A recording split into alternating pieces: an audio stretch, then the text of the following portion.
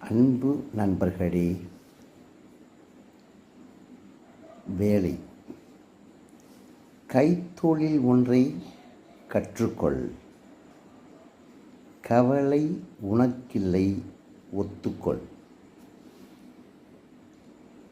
கைத்தொழில் உங்களிடம் இருக்குமேயானால் உங்கள் வாழ்க்கையில் கவலையின்றி நீங்கள் வாழும் ஒரு நிலையை நீங்களே ஏற்படுத்தி கொள்ளலாம்.